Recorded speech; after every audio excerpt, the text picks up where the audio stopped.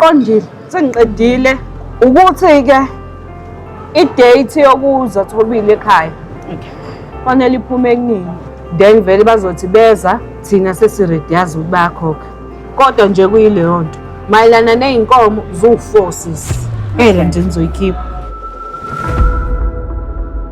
Sizokhokha nini? Engabe noma inkomo ibu-2,000 zibe u-4 kuhlanganiswe kuthiwa mi ba-ede ngesikapu.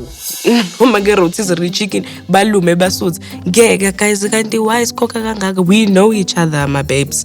This is asasiboni. Uya-accepta izinto ngendlela esiyichaza ngayo, kodwa useyachaza ukuthi njengoba solokwane kwaqala ekuqaleni kuwukuthi uMpilo uyingane yakho, akekho umuntu onenhloso engale kwalokho.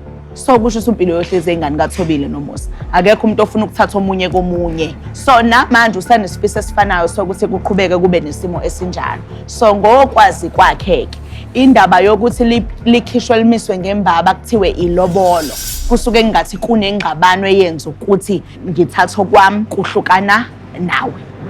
Kanti yena akafisi kube njalo, uyayisaba into yokuthi kukhulunywe ngento yokuthi ilobolo because yakhe understanding ngakubo isho okunye. Kuyathi uyayithenga ingane ukuthi ibize isibongo sakho.